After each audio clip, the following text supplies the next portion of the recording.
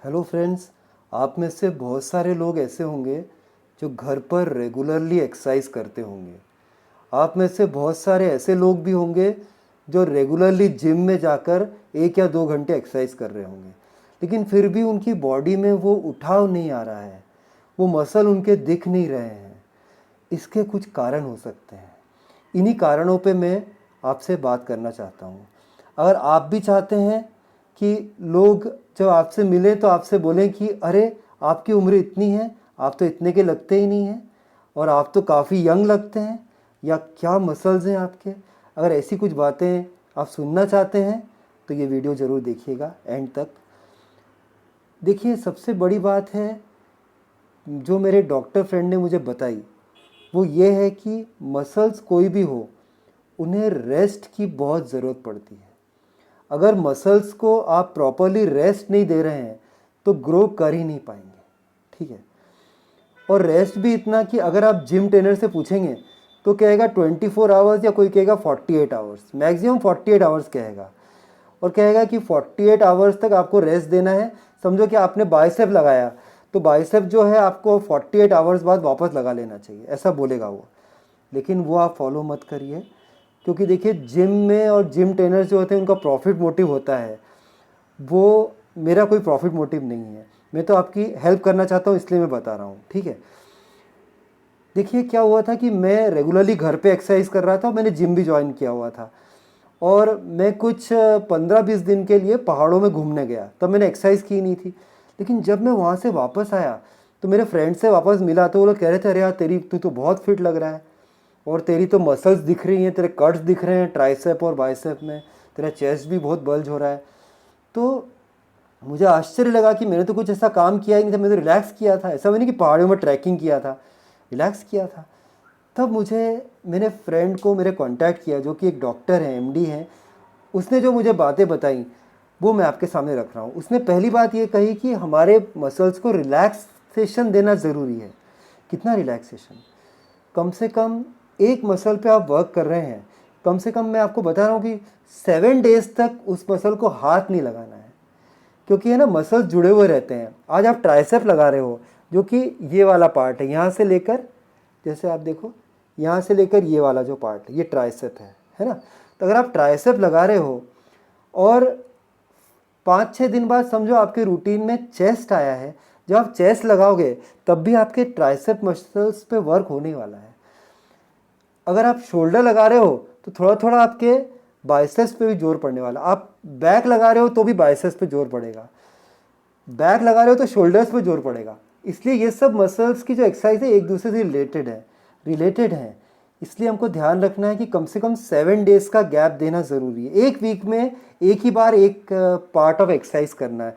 Body का एक muscle का जो पार्ट है वो वीक में एक ही बार ट्रेन करना चाहिए, उस पर जोर एक ही बार देना चाहिए। आज मैं आपको शेड्यूल बता देता हूँ कि कैसे कैसे करना है आपको। सोमवार को आप जो है, मंडे को आप शोल्डर्स रखिए। शोल्डर्स ये होता है, बस वो जो भी एक्सरसाइजेस हैं मैं आगे वीडियोस में आपको बताने वाला हूँ कि कैसे शोल्डर डेवलप करना है, बाइसेप ट्राइसेप सब बताऊँगा। आज तो सिर्फ आपका टाइम टेबल बना लेते हैं। तो देखो, सोमवार को सिर्फ आपको इतना पार्ट, ये शोल्डर आपको डेवलप करना है सोमवार को, ओके। आपके मजबूत कंधे हो जाएं इसलिए। ट्यूसडे यानी मंगलवार को आपको ट्राइसेप्स पे वर्क करना है, इतना पार्ट, बस यहाँ से लेकर यहाँ तक का जो पार्ट आ रहा है, इतना ही पार्ट रहता है ट्राइसेप का, वो आपको वर्क करना है। वेडनेसडे को आपको अपने बल्लों पे वर्क करना है। ये बल्ले जो हैं, यहाँ से यहाँ तक इतना ही पार्ट रहता है बल्ले का, बस इतना छोटा सा ही मसल है। इसके लिए कोई 100 दिन थोड़ी ना चाहिए, एक ही दिन काफ़ी है। वेडनेसडे बुधवार को आपको इस पे वर्क करना है, मतलब ये है आपका बाइसेप। अच्छा, वेंसडे के बाद थर्सडे आ गया है। थर्सडे को सिर्फ बैक पे वर्क करना है, बैक जिससे वी शेप बन सके, बॉडी का थोड़ा वी शेप बन सके। फ्राइडे का दिन जो है वो आप 4 आर्म्स को दे दीजिए, 4 आर्म्स। नहीं तो क्या होता है कि आपके ट्राइसेप्स डेवलप हो गए, आपके बाइसेप्स भी, बल्ले भी डेवलप हो गए, आपके हाथ यहाँ से रिस्ट से बहुत दुबले रह जाएंगे। तो अगर ये दुबले रह जाएंगे तो फिर बॉडी प्रोपोर्शन नहीं दिखेगी। तो ये भी आपके हाथ चौड़े होने चाहिए, स्ट्रांग हो जाने चाहिए। तो ये पार्ट जो है इसे 4 आर्म कहा जाता है, इससे आपकी रिस्ट भी बहुत मजबूत होती है। तो वो आपको करना चाहिए फ्राइडे के दिन।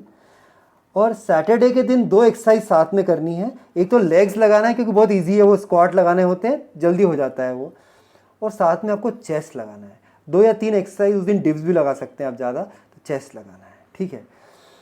और बचा संडे, उस दिन स्टमक यानी एब्डोमेन्स। अगर आप चाहते हैं कि आपके 6 पैक्स 8 पैक्स बन जाए, उसके लिए मेहनत बहुत करनी पड़ेगी, तरीका मैं बताऊंगा। तो ये आपका प्लान बन गया। एक बार रिवाइज करा दूँ आपको। मंडे के दिन शोल्डर्स, ट्यूसडे के दिन आपको ट्राइसेप्स, वेडनेसडे के दिन बाइसेप्स, थर्सडे के दिन बैक, फ्राइडे के दिन फोर आर्म्स, सैटरडे के दिन चेस्ट और लेग्स, और संडे के दिन स्टमक यानी एब्डोमेन। बस मंडे को आपने शोल्डर्स लगा दिए। आप मान के चलो कि जब वेडनेसडे के दिन आप लगाएंगे, ये वाला लगाएंगे, मतलब बल्ले लगाएंगे, तो थोड़ा शोल्डर्स पे जोर पड़ने वाला है।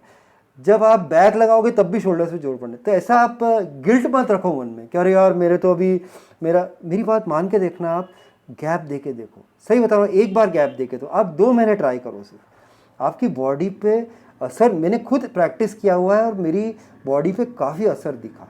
मैं काफ़ी फिट रहने लगा पहले से, इसलिए आप पहले उसे ट्राई कर लो, ठीक है। तो जो जानकारी मैंने दी है, अगर आपको अच्छी लगी है तो मेरे वीडियो को लाइक कर देना, चैनल को सब्सक्राइब कर देना, बेल आइकन को हिट कर देना, फ्रेंड से शेयर कर देना। फिर मिलता हूँ अभी जल्दी ही, मैं ट्राइसेप पे एक वीडियो लेके आऊँगा, और ट्राइसेप और शोल्डर्स पे अलग अलग वीडियो बनाऊँगा सब पे, कि कैसे आपको हर दिन 7 डेज़ का प्रोग्राम बताऊँगा। तो डे 1 से हम शुरू करेंगे, जो कि मंडे रहेगा। तो मंडे के दिन शोल्डर का बताऊँगा। अभी तो मैंने आपको टाइम टेबल, आप लिख लो बराबर, आप समझ लो, फिर आगे मैं आपको बताऊँगा, ठीक है। फिर मिलता हूँ नए वीडियो के साथ एक नए दिन। तब तक के लिए टाटा, बाय बाय, सायोनारा।